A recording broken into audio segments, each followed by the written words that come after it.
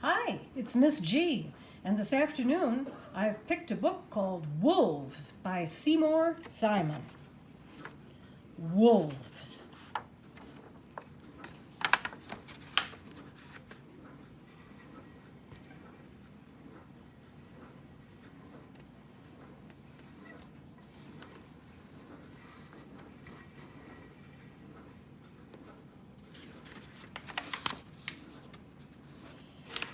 Imagine snow falling silently in the great woodlands of North America.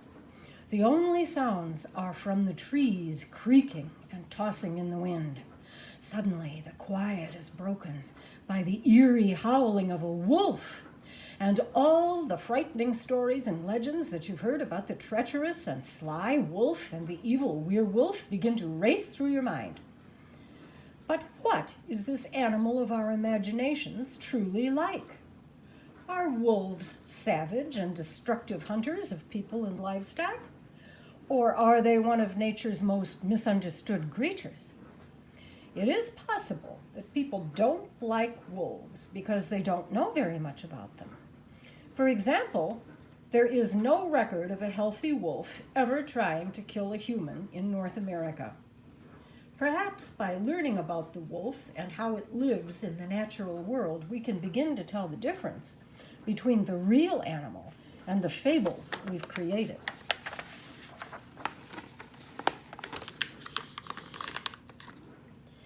In many ways, wolves are like dogs and lions. Yet, wolves have a bad reputation, unlike dogs and lions. Dogs are our best friends, but all of the dogs in the world are descended from wolves that were domesticated more than 10,000 years ago. And most of the things people like about dogs are also true about wolves. Like dogs, wolves are very loyal to other wolves in their family. Wolves raised by people become loyal to those people as well. Dogs are friendly and intelligent, and these traits too come from wolves. Wolves in a pack are playful with each other. They are among the most intelligent animals in nature. Like lions, wolves are marvelous hunters that work together in groups to catch their prey. Yet lions are called kings of the jungle, while wolves are described in many nursery tales as sly and cowardly. It seems strange that people love dogs and admire lions, but dislike wolves.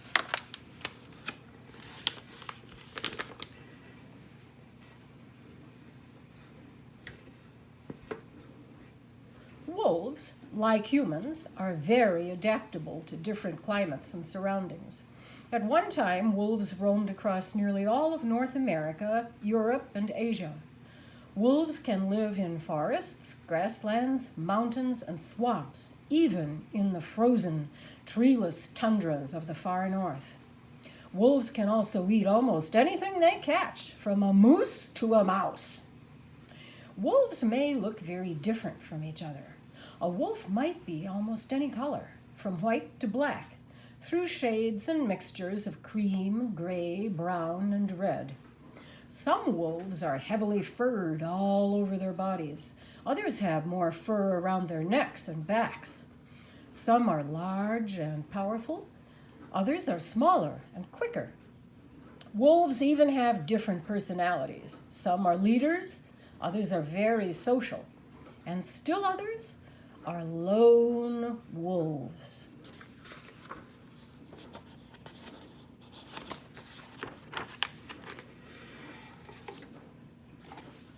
Wolves may look and act differently from each other, but most wolves belong to the same species, called Canis lupus. Canis means dog, and lupus means wolf.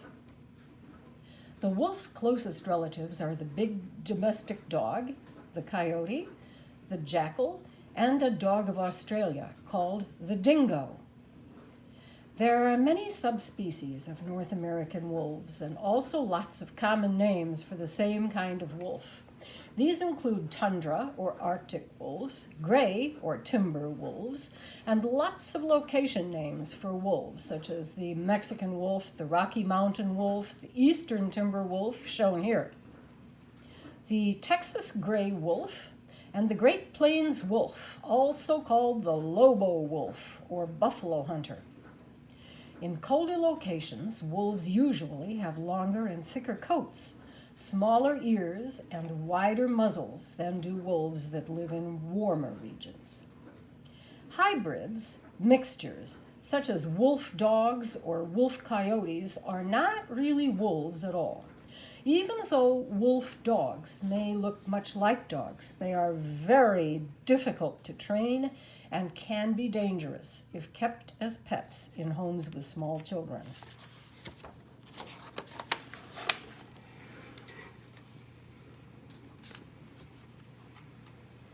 The red wolf, Canis rufus, rufus means red, once numbered in the thousands and roamed all over the southeastern United States. But by the 1970s, there were fewer than 100 left. Biologists captured every one they could find in Texas and Louisiana and bred them carefully so that the pups were as much like the original red wolf as possible.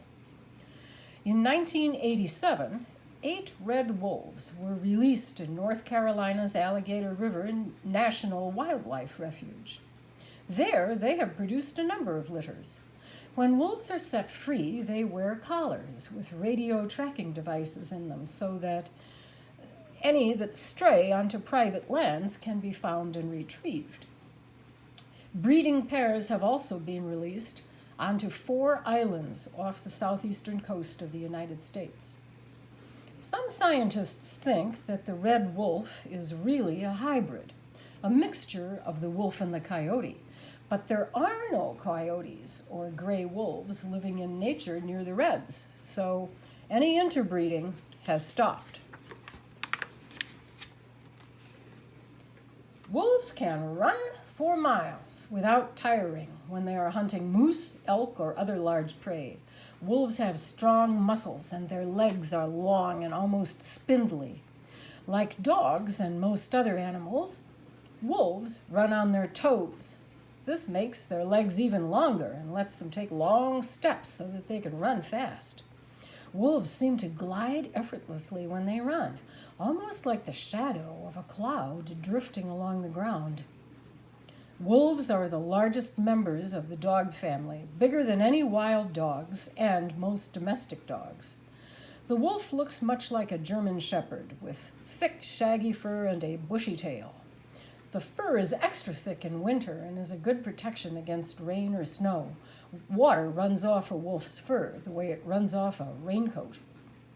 An adult wolf can weigh from 40 to 175 pounds. That would be 18 to 80 kilograms, and stretch more than 6 feet, or 2 meters, from the tip of its nose to the end of its tail. Male wolves are usually larger than female wolves. Like lions and tigers, wolves' teeth are well suited for catching and eating other animals. Wolves have powerful jaws. The long pointed teeth in the front sides of a wolf's jaw are called canines. They are useful for grabbing and holding prey such as this moose. The small teeth in the front between the canines are incisors, useful for picking meat off bones. 2 teeth along both sides of the jaws are carnassials. They work like scissors to slice food into pieces small enough to be swallowed. Wolves have marvelous hearing. They can hear other wolves howling from 3 or 4 miles away. They can locate mice by the squeals they make, even when the rodents are beneath a snowpack. Like bats and dolphins, wolves can also hear high-pitched sounds well above the range of human hearing. Wolves turn their ears from side to side. The direction the ears are pointing when the sound is loudest helps the wolf determine from where the sound is coming. Scientists believe that wolves hunt small prey more by sound than by smell or sight. Larger prey is often found by scent or by chance encounters. Wolves live in packs. But that's just the name for a family of wolves. Packs are usually made up of a leader male and female wolf and their young, along with some close relatives. An average wolf pack has 5 to 8 wolves, but packs can have as few as 2 or 3, or as many as 25 wolves. The members of a pack are usually very friendly with each other. They hunt, travel, eat, and make noises together. Wolves bring bits of food to each other. They babysit each other's litters. They run around and play tag with each other and with the pups. They startle each other by hiding and then jumping out. Wolves make all kinds of sounds besides howling. They bark, growl, whine, and squeak. Barking seems to be a warning when a wolf is surprised at its den. Growling is common among pups when they play, and adults growl when challenged by another wolf. Whines and squeaks are connected with playing, feeding, and general good feelings. Mothers squeak when the pups play too roughly. Fathers squeak to call their pups.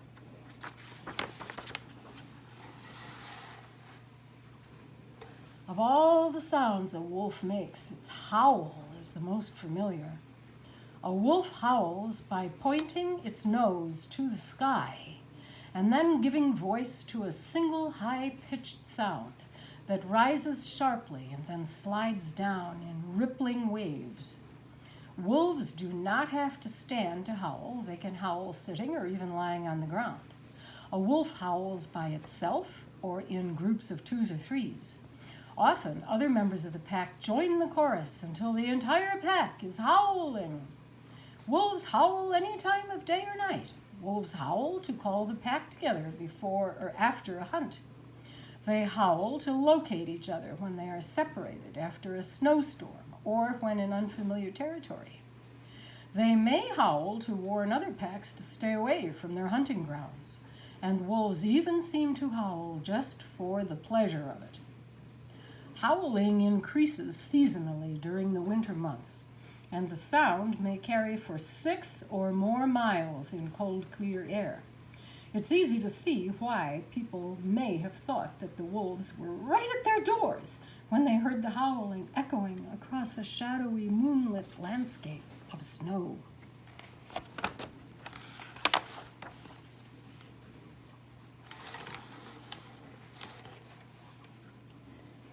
Each wolf pack has a specific hierarchy. The leaders of a wolf pack are called the alpha male and the alpha female. They are usually the biggest, largest, and strongest wolves in the pack. But packs may be as different from each other as individual wolves are different. A typical pack has an alpha male and an alpha female at the top, a lesser male and female in the middle called beta wolves, and less powerful wolves and pups at the bottom of the pack. Alpha and beta are the letters A and B in the Greek alphabet. Every member of a pack has a place or rank. Some wolves are higher and some are lower. This dominance order helps prevent fighting within the pack. When 2 wolves in a pack have an argument, they may stick their ears and tails straight up, bare their teeth, and snarl at each other. Both wolves look fierce and ready to tear each other apart. But most times, a wolf of a lower rank will give up before a fight starts with a wolf of a higher rank. To show that it has given up, the submissive wolf will lower its position or roll over on its back, flattening its ears and putting its tail between its legs. This behavior seems to prevent the dominant wolf from biting. So fights between pack members are usually settled without serious injuries. Wolves hunt animals in different ways. A single wolf will hunt by itself for small prey, including mice, rabbits, squirrels, beavers, ducks, geese, and even fish when available. But much of their prey are large animals such as deer, elk, moose, caribou, musk oxen, and bighorn sheep. Most of these are hard to catch and can be dangerous when cornered, so wolves hunt them in packs. One of the wolf's main prey is the moose. An adult moose may weigh over 1,000 pounds, 450 kilograms, and stand over 6 feet, 2 meters, tall at the shoulders. It has hoofs that can injure and even kill a wolf. It's also strong and a good runner, so it's not surprising that more than 9 out of 10 moose that wolves chase get away. Wolves hunt moose by trying to encircle them and bring them to a standstill. One wolf may tear at the nose or the head of the moose, while the others rip at the sides or the stomach. After wolves kill a large animal, they may rest for a brief time or eat right away. Each wolf eats 10 to 20 pounds, 4 to 9 kilograms of meat. If there's any left, the wolves may come back later.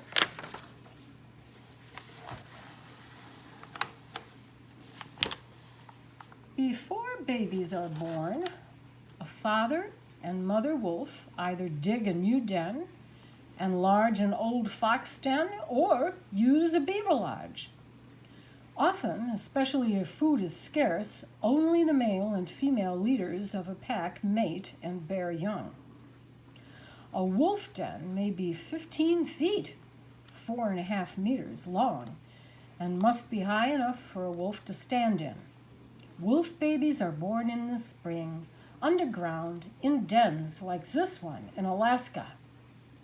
A group of baby wolves born at the same time to one mother is called a litter. This litter has 3 pups, but some have 10 or more. The pups are only about 1 week old. They have fine, dark, fuzzy hair, floppy ears, blunt noses. They look much like dog puppies. Wolf puppies cannot see at birth. Each of them weighs only about 1 pound, half a kilogram. For the first weeks of their lives, wolf pups nurse. Their only food is the milk they get from their mothers. The mother stays close to the pups, making sure they are well fed, clean, and protected. She usually doesn't have to hunt for food herself, because the father and other members of the pack bring food to her.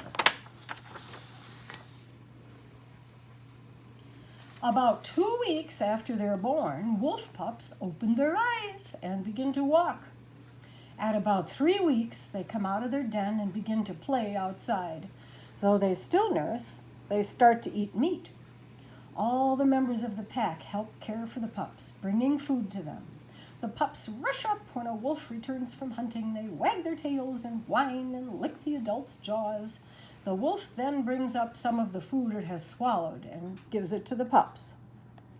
The pups grow very fast, and after about a month, they start fighting and tumbling around with each other. After a while, they begin to develop a dominance order among themselves. During a fight, one of the pups will roll over on its back to show it gives up. The other raises its tail to show dominance. Pups also play at hunting by attacking each other, insects, and small animals. These games help pups practice hunting skills they will need when they grow up. During the summer, the pups begin to look like adult wolves, but they stay together in a safe place while the adults hunt. By fall, the young wolves join the rest of the pack when it travels. They may join a hunt to help run down prey, but the older wolves make the kill. By winter, the young are nearly grown. When they are about 2 years old, some will stay with the pack, while others will leave to find mates and start new packs. 200 years ago, there were many thousands of wolves across much of the northern hemisphere.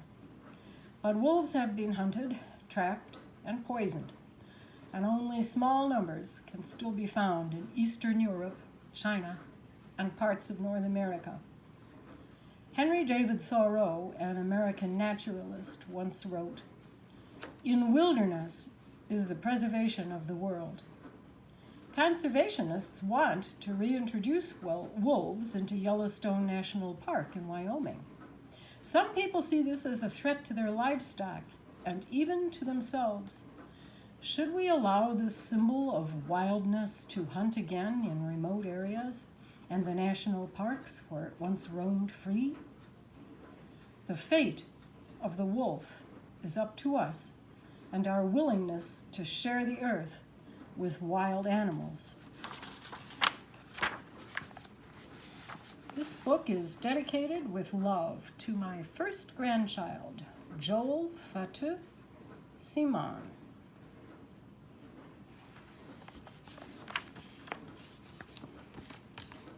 And that's the end.